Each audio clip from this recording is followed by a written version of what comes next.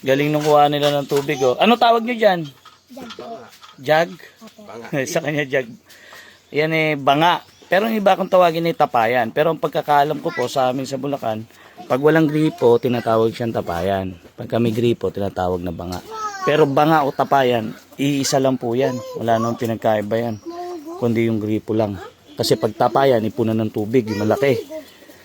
Pero pwede mo naman lagyan din ng gripo yun. Ulam namin ngayong tanghali. Magluluto kami ng... Maglilitsyon kami ng manok, dalawa. Yung isa adobo. Ayun yung isda kagabi. May natira pa. Iniwan lang namin sa pintuyan eh. Eto, pinsan ko po to, si Renante. Oh, magpinsan kami niyan eh. Mga bata, pamangking ko. Nagluluto kami ng lechong manok. Hello, to. Oo nga pala, patungan. Mangga. Sarap. Oy, sige, salamat din. Mangga Leo. Leo, may pambalat ka? Meron. Tingi.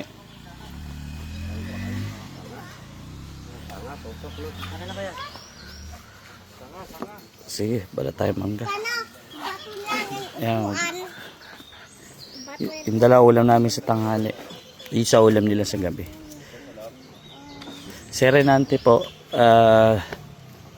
may sahod na rin ngayon sa akin yan. Kasama yung mga anak niya. Dahil kasama na natin sila sa mga nailalabas. Umaga, may trabaho na siya na ano sa akin. Uy, sarap po. Grabe. Oy, andyan ka. Kamusta? Makapunta. Anong gagawin mo dyan? Mangunguling, mag-uuling. Di ba? Anong lugar? Kanuman. Di ba dito sa Kanuman pagka pumutol ka ng puno, may kapalit? Wala, yung ano. May kasabihan? Yung ano lang, labuyo. Saka yung... Babira mo? Babida mo, di ka makakuha. Bawal. Saka yung pau. Ano yun? Bawal dito yung pagong. Pagong? Bawal yun. Bakit pag nanguha ko kunyari ng labuyo, ano mangyayari? May mangyari sa'yo. Magkakasakit ka na. Mabubusog? Nakasakit ka. Magkakasakit. Magkakasakit? Wag na lang. Ba't tinawag na Kanuman to? Alam niyo kung bakit? Hindi. Hindi. Hindi niyo alam? Ito. Hindi niyo alam ba't tinawag na Kanuman? Ninuno. Hindi. Nung araw kasi puro kanu dito. Mga lalaki. Kaya Kanuman.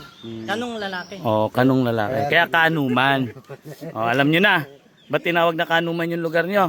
Oh, sabi ko sa inyo eh. Buti pa ako alam ko.